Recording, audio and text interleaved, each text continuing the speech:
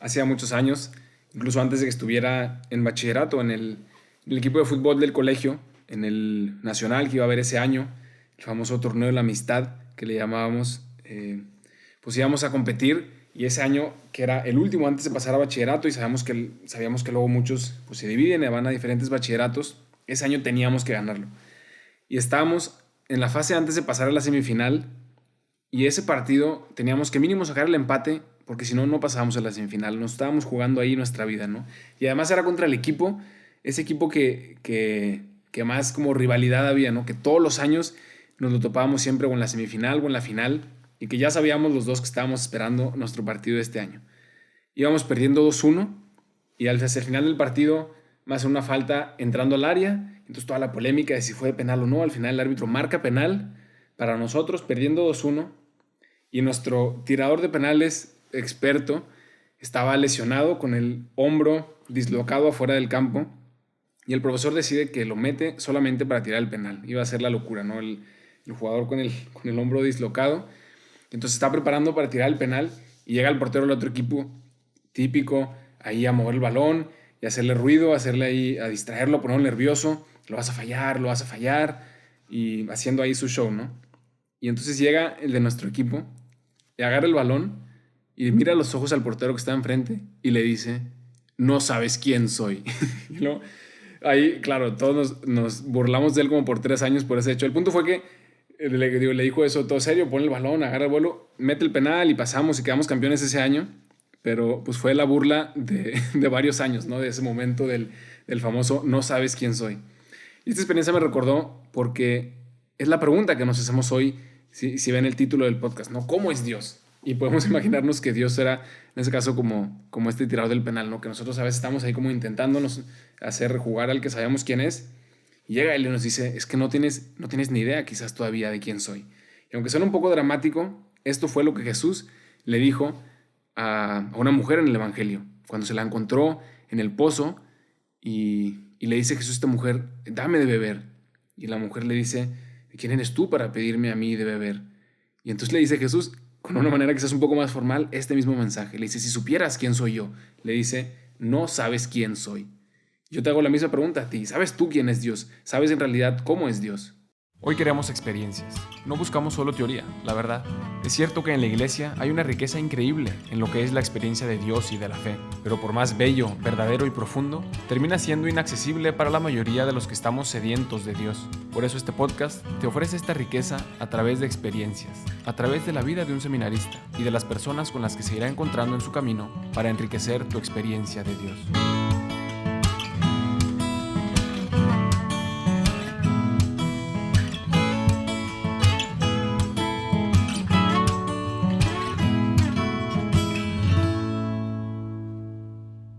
Bueno, pues esta vez creo que ha sido la intro más larga, pero no sé, me acordé de esa historia y creía que tenía que contarla para entrar al tema, ¿no? El no sabes quién soy que Dios nos dice hoy.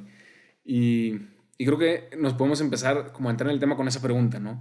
Tú dices que crees en Dios, pero ¿cómo es ese Dios en el que crees? Y si pudieras responderme en una idea, en un concepto, ¿quién es Dios? ¿Cómo es Dios? Y piensa que miles de personas por miles de años han intentado responder esta pregunta sin tener una certeza completa, ¿no? Imagina que hoy tienes la oportunidad tú de estar un rato con Dios. Tú y Dios, como te lo quieras imaginar. Vamos a decir que puedes tener una llamada por WhatsApp y puedes preguntarle eso a lo que se le ha dedicado siglos y siglos de estudio y de oración, que puedas preguntarle, a ver Dios, dinos la verdad. ¿Quién eres tú? ¿Cómo eres tú? ¿Cómo te defines a ti mismo? ¿Y qué crees que Dios te respondería? Y si tuvieras esa respuesta, ¿qué harías con ella? Incluso, si a alguno le interesa, puedes pausar el podcast y pensar un poco en eso. Y luego a ver, comparamos nuestras respuestas a ver quién está más cerca. Y después de pensar, yo también por un tiempo y darle vueltas, hubo un momento en el que pensé que valía la pena compartirlo, ¿no? Y al principio me imaginé así como dar un resumen de toda la Biblia y decir, como ese mensaje, no, a ver, en toda la Biblia, ¿qué nos dice Dios de sí mismo, no? ¿Cómo nos responde a esta pregunta? Y me di cuenta que era imposible, nos íbamos a tardar varios años en hacer todo ese camino, ¿no? Luego dije, bueno, por lo menos al Nuevo Testamento, o por lo menos a los 4 evangelios. Y vi que en realidad era todavía imposible resumirlo todo en un episodio. Así que decidí al final por lo menos elegir algunos pasajes del Evangelio de San Juan. Y así que, además de responder a esa pregunta, por lo menos al final del episodio puedes decir que has dado un recorrido, un curso del Evangelio de San Juan. Y vamos capítulo por capítulo a ver qué nos dice San Juan de esta pregunta, de él que vivió con él, que le escuchó, que estuvo con él en la cruz, que estuvo con él en todos los momentos. ¿Qué nos dice él de ese Dios hecho hombre? De quién es Dios, de cómo es Dios. Y en el primer capítulo nos dice 3 cosas. En primer lugar nos dice que Dios es Dios. Que sí, es lo más básico, pero es lo primero que se nos olvida. Dios es Dios. Dios es creador, es superior. No lo puedes entender, no lo puedes controlar. Dios es Dios y eso hay que saberlo. Y en el Evangelio, en este primer capítulo, Juan lo dice muy claro. En el principio era la palabra, refiriéndose claramente a Jesús. Y la palabra estaba con Dios. Y la palabra era Dios. Todo fue hecho por ella y sin ella nada se hizo. O sea, Dios es Dios, más grande que todo, antes que todo, y de Él todo procede. Y empezamos con esto que parece bastante obvio, pero ya verán lo importante y cómo nos irá revelando mucho de sí mismo y que también muy a menudo se nos olvida. Y en segundo lugar, en el primer capítulo nos dice que puso su morada entre nosotros. Y esto nos lanza a un misterio grandísimo, que Dios vino a los suyos, dice San Juan, a nosotros, que nosotros no somos solo criaturas, sino que somos los suyos, hechos a su imagen, hechos para Él.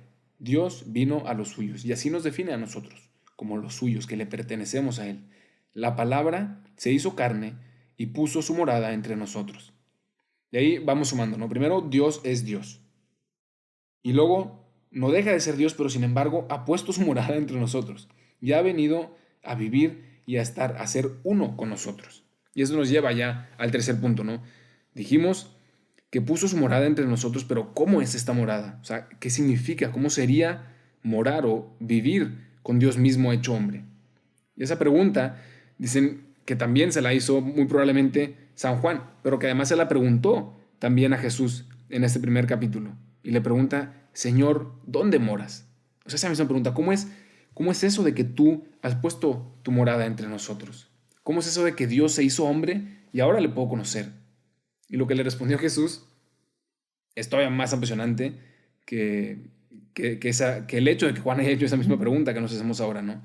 Jesús le respondió, ven y lo verás. Le respondió, eso no vale la pena intentar explicártelo con teorías o ideas. Mejor, si quieres saberlo bien, haz la experiencia. Venid y veréis, le respondió Jesús. Eso es de lo que hablamos justo hace 2 semanas, ¿no? De ese expertus potest credere. Solo el que lo ha experimentado sabe lo que es que el Verbo se haya hecho carne y que haya puesto su morada entre nosotros. O sea, grandes cosas en este primer capítulo. Así que vamos a hacer un resumen para no perder ahí el hilo. En este primer capítulo nos dice que Dios es Dios, que puso su morada entre nosotros y que te invita a hacer la experiencia de conocerle, de que puedes conocerle. Y te dice, ven y lo verás, expertus potest credere. Y conocer a Dios, conocer más a Dios, es en automático conocerte mejor a ti mismo. Y de hecho, va tan relacionado el hecho de que estamos hechos a imagen de Dios y para Dios, a tal grado que sin conocerle a Él, en realidad no podemos ni siquiera conocernos a nosotros mismos. Y ese es otro misterio que nos mete en esta gran pregunta, ¿no? Conocer más a Dios es en automático conocerme mejor a mí mismo. Y en el segundo capítulo nos dice 2 cosas. Una de nosotros mismos y una de Dios, que luego se conectan, ¿no? Como habíamos dicho. El contexto de este evangelio, estoy seguro que todos saben que es el de las famosas bodas de Caná. Yo creo que sí. El contexto, pues eso, ¿no? Es una boda, el clímax de la vida de la cultura judía, y hoy pues lo podemos entender también. De hecho, en alemán, el concepto de boda se dice Hochzeit. O sea, literalmente significa el momento más alto, el tiempo más alto. O sea, el clímax de la vida, donde todo tiene que ser perfecto, donde todo tiene que estar en orden, todo tiene que estar planeado. Y resulta que en ese momento, en este pasaje, se les acabó el vino. O sea, ese es un signo para el pueblo judío. Para nosotros sería quizás un desastre, ¿no? Ah, qué horror, se me acabó el vino. Pero para ellos eso significaba miseria, era desgracia, era todo menos algo bueno para el futuro de ese matrimonio que estaba en su momento tan esperado. Se les acabó el vino. Y eso es lo que nos revela de nosotros mismos, que se nos suele acabar el vino. en nuestra búsqueda de felicidad, a veces por más que planeamos, por más que deseamos estar en ese Hawkside, en ese tiempo de clímax de nuestra felicidad, de nuestra autorrealización, resulta que se nos acaba el vino y se nos derrumba nuestra vida cuando algo se sale del control, cuando algo no estaba como lo planeábamos, cuando nos damos cuenta que no somos perfectos como pensábamos o como quisiéramos, ¿no? Y este pasaje nos dice que a nosotros, que a la humanidad que tanto buscaba su plenitud y su felicidad, se le acabó el vino. Pero bueno, no se acaba ahí, ¿no? Podemos terminar con este drama: secos, fracasados. Pero ¿qué hace Dios al respecto en este mismo pasaje? Ya sabemos que nos revela de nosotros, pero ¿qué nos revela entonces de Él? ¿Qué hace Dios ante esta realidad que nos revela este capítulo? Y pasando ahí al Antiguo Testamento, en el libro de Baruch, si no me equivoco, o hay un pasaje en el que hace una comparación, ahora que hablamos del vino, y dice: una vid tendrá 1000 ramas, y cada rama tendrá 1000 sarmientos, y cada sarmiento tendrá 1000 uvas, y cada uva va a dar 1 litro de vino. O sea, puedes imaginarte hacer este ejercicio otra vez y entender, claro, que es un lenguaje simbólico, ¿no? Pero significa eso: vino en plenitud, o sea, otra vez, una vid, ¿no? Y de esas salen 1000 ramas. Y de cada una de esas 1000 ramas salen 1000 sarmientos. Y de cada uno de esos 1000 sarmientos salen 1000 uvas. Y de cada uva 1 litro de vino. Eso era un mensaje para el pueblo judío de la promesa de Dios, de su plenitud, de la nueva alianza que tanto hemos hablado. Y eso es lo mismo que hace Jesús en este pasaje. Sabe que estamos secos. Sabe que quedamos siempre un poco vacíos después de intentar hacernos felices, de autorrealizarnos. Sabe que se nos acabó el vino y por eso promete vino en abundancia, vino incontable, vino infinito. Por eso dice: he venido para que tengan vida y la tengan en abundancia. Pero ¿cómo sabe Dios qué es lo que realmente me llena? ¿Cómo sabe Dios qué es lo que realmente me hace feliz? Siempre nos preguntamos eso también, ¿no? O sea, ¿por qué tengo que confiar en su plan? ¿Cómo sabe Dios qué es lo mejor para mí? Y eso nos lo responde no este segundo capítulo, sino el tercer y cuarto capítulo. Estos son los capítulos de la nueva vida. El segundo capítulo lo resumimos otra vez, primero en algo que nos revela de nosotros, ¿no? Que se nos acabó el vino y todo lo que eso significa. Y luego nos revela también algo de Dios, que vino Él a darnos el vino en abundancia, el vino verdadero. Pero nos preguntamos también si realmente Dios sabe qué es lo que necesito, si realmente eso es verdad, si Él sabe realmente qué es lo que me hace feliz a mí. Y el capítulo 3, que nos introduce un poco en este tema, se trata de un intelectual judío llamado Nicodemo, que aunque tenía miedo de lo que pensarían de él sus amigos judíos intelectuales, algo le llamaba la atención de Jesús a tal grado que fue a medianoche a hacerle una pregunta muy similar a la que nos estamos haciendo en este episodio, ¿no? Quizás un poco más teológica la pensó él, pero en otras palabras le dijo lo mismo, ¿no? ¿Tú quién eres? ¿Cómo está esto de que vienes de Dios, de que eres realmente Dios? ¿Cómo está eso de que vienes a darnos esta nueva vida, ¿no? Esta vida en abundancia.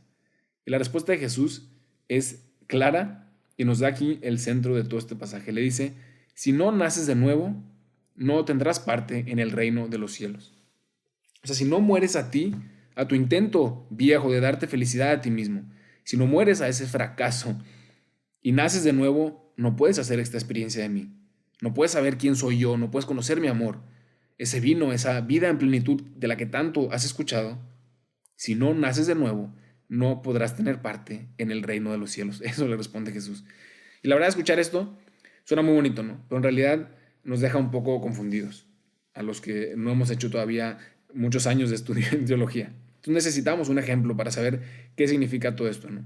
Y lo impresionante es que Juan, que escribió el Evangelio, pensó incluso inmediatamente después de ese diálogo con Nicodemo, en el siguiente capítulo nos da un ejemplo perfecto, como más plástico, de todo lo que ahí se explica, ¿no? Y entonces así brincamos del tercero al cuarto capítulo.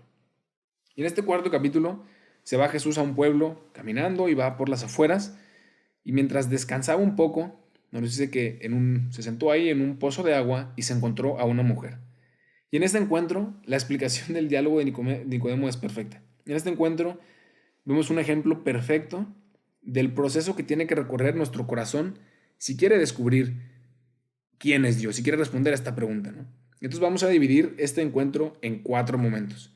Y esto lo tomo según la descripción de el famoso libro de Fulton Sheen, The Life of Christ, que pues aprovecho para recomendárselo si les interesa.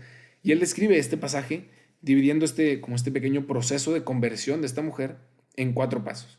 En primer lugar, Jesús le pide agua, como ya hemos dicho en la introducción, y la mujer le dice, ¿cómo tú, un judío, me pides agua? Y ahí vemos que la mujer no tiene idea de quién es esa persona con la que está hablando. Todavía no sabe ni quién es ni cómo es. O sea, esa persona a Jesús le podría decir, como en la introducción este amigo, no sabes quién soy. Como a nosotros, ¿no? Según esta misma pregunta que nos hacemos ahora, ¿quién es Dios? ¿Cómo es Dios? Tampoco tenemos mucha idea al parecer. Entonces sigue el diálogo con esta mujer y Jesús le responde, si supieras. O sea, todavía de una manera como más dramática, ¿no? No le dice, no sabes quién soy, sino que le dice, si supieras quién es el que te pide agua, serías tú el que le pediría a él y él te daría a ti agua viva. O sea, todavía más dura esa respuesta, ¿no? Peor todavía que un no sabes quién soy. Y esta respuesta ya comienza a tocarle el corazón a esta mujer, ¿no? Esa intriga, esa misma pregunta entonces, ¿quién eres? ¿No? Revélame algo de ti mismo. Y entonces ahora le dice Señor, como con un poco más de respeto, ¿no? Le dice, Señor, si eso es verdad, dame de esa agua, para que no tenga que venir yo aquí y sacarla todos los días. Y entonces en realidad todavía no entiende del todo de qué se trata, ¿no? Pero va entrando como un poco de interés en quién es esta persona con la que se ha encontrado. Entonces viene ahí un tercer nivel, cuando Jesús le dice, ve y llama a tu marido. Y ella responde, pues yo no tengo marido.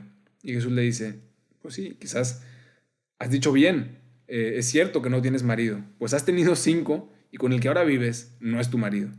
Y después de esto la samaritana sube, ¿no?, a este nivel y le dice, veo que eres un profeta. O sea, la samaritana se dio cuenta que este señor que nunca había visto en su vida la conoce perfectamente, mejor que a ella misma, y le dice, veo que eres profeta. Entonces hacemos ahora un repaso de los primeros 3 niveles, ¿no? Primero le dijo tú, le habló de tú, ¿no? Un judío. Y luego le dice Señor, y ahora le reconoce como un profeta. Veo que eres profeta. Y ahí dio un giro completamente la visión que tenía esta mujer de Jesús. Es como su primer gesto de una real apertura de corazón en todo el diálogo. ¿Por qué? Porque logró entender, como ya dijimos, que Jesús le conoce perfectamente. Le dice, veo que me conoces, veo que tu mirada me penetra el corazón. O como diría San Agustín, veo que eres más íntimo a mí que yo mismo. Hizo esa experiencia, que en palabras suena bonito, pero quien la ha hecho sabe lo que significa, ¿no? Veo que eres profeta. Y para descubrir esa experiencia, para descubrir quién es, de qué se trata ese que me ofrece agua viva, que no es un tú, no es un judío, no es tampoco ni siquiera un respetable señor, se dio cuenta que era un profeta. Y lo mejor de todo, en este tercer paso, es que sabemos que todavía falta un nivel. Pues sabemos bien que Jesús no solo es un profeta, y eso esta mujer estaba apenas por descubrirlo. Y el efecto que tiene este último paso nos lo expresa San Juan cuando dice que la mujer, dejando su cántaro, corrió al pueblo y dijo a la gente, venid a ver al hombre que me ha dicho todo lo que he hecho. ¿No será él el Cristo? O sea, ¿no será él el Mesías? ¿No será él la promesa de Dios que iba a venir a su pueblo?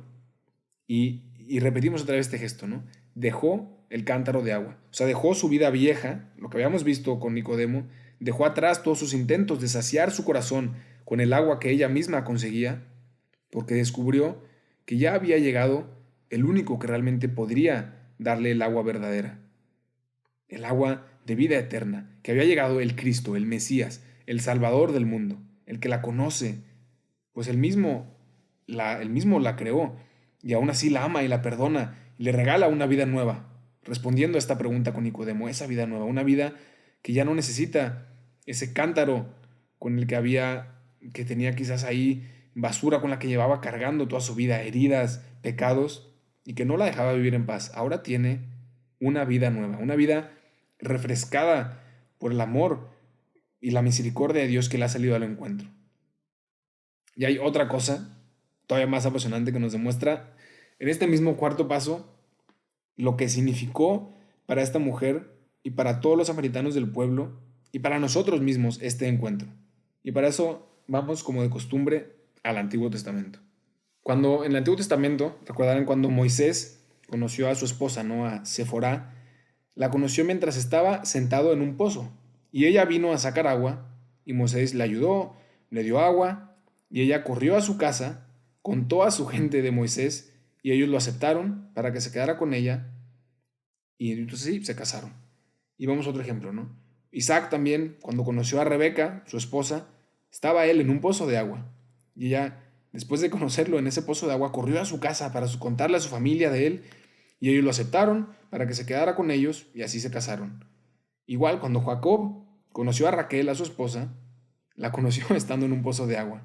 Y después de que conocerse, ella corrió a su casa para contarle a la gente, a su familia, y ellos lo aceptaron para que se quedara con ellos y después se casaron.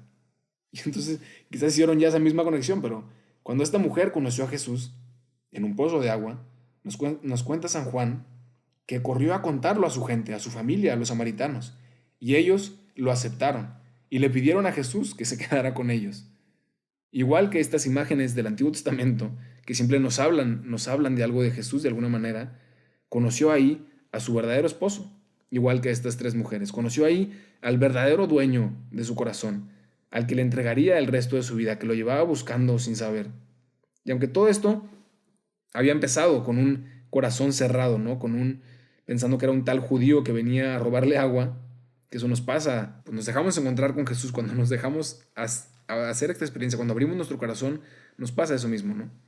Y esto es lo que nos revela este tercer y cuarto capítulo de San Juan, que tenemos que nacer de nuevo, como le dijo a Nicodemo, pero que para eso antes tenemos que morir a nuestra vida vieja, tenemos que dejar nuestro cántaro lleno de nuestros intentos de hacernos felices a nosotros mismos, pero que incluso antes de eso tenemos que hacer la experiencia de un Dios que nos sale al encuentro, en mi búsqueda de felicidad, en mi día a día, y que ese Dios me conoce, que me conoce mejor que yo mismo, y que aún así, como esta mujer, me ama y me ofrece el agua verdadera, el agua que refresca mi vida, que me hace poder vivirla en plenitud. Y todo esto nos va respondiendo poco a poco, ¿no? A esta pregunta que nos hacíamos al principio, y que en realidad, pues creo que todo cristiano debe hacerse, ¿no? Y no solo hacerlo una vez, sino renovarla constantemente en el camino de la vida con la fe, ¿no? Y estos pues, son apenas los primeros 4 capítulos de San Juan. Nos damos cuenta que ni siquiera en el Evangelio de San Juan nos dio para resumirlo para un episodio. ¿Cuánto más no habría por responder a esta pregunta? ¿Cuánto más no habrá por descubrir de este Dios en el que digo que creo, pero que en realidad me doy cuenta que conozco tan poco? Así que, pues te invito a seguirle dando vueltas a este tema en tu corazón. Pregúntale a alguien, comparte esa pregunta, crea una buena conversación. Y yo creo que esto pues, fue un buen paso suficiente por hoy, así que tendremos que terminar con una parte 2.0 algún otro martes, pero por lo pronto no el siguiente, porque ya tengo planeado platicarles de unas muy buenas experiencias que Dios me ha puesto en estas últimas semanas, trabajando como enfermero en un asilo de ancianos aquí en Alemania. Y pues ya se imaginarán, ¿no? El corona, el ambiente en los hospitales, trabajando de enfermero en un asilo de ancianos, que hay que tener todavía más cuidado. Hay muchas experiencias de todo tipo, ¿no? Duras, enriquecedoras y pues mucho más, pero todo eso lo veremos el siguiente martes. No me sigan en Insta y no me manden WhatsApp, porque no tengo ni Insta ni WhatsApp, que ahora soy feliz y orgullosamente novicio. Pero lo que sí te puedo ofrecer es que si buscas una familia espiritual, un grupo de personas en un ambiente de familia en el que compartan los mismos ideales que tú tienes sobre la fe, pues eso sí te lo puedo compartir y puedes buscarnos en somosrc.mx o regnumchristi.org para México y para España en regnumchristi.es.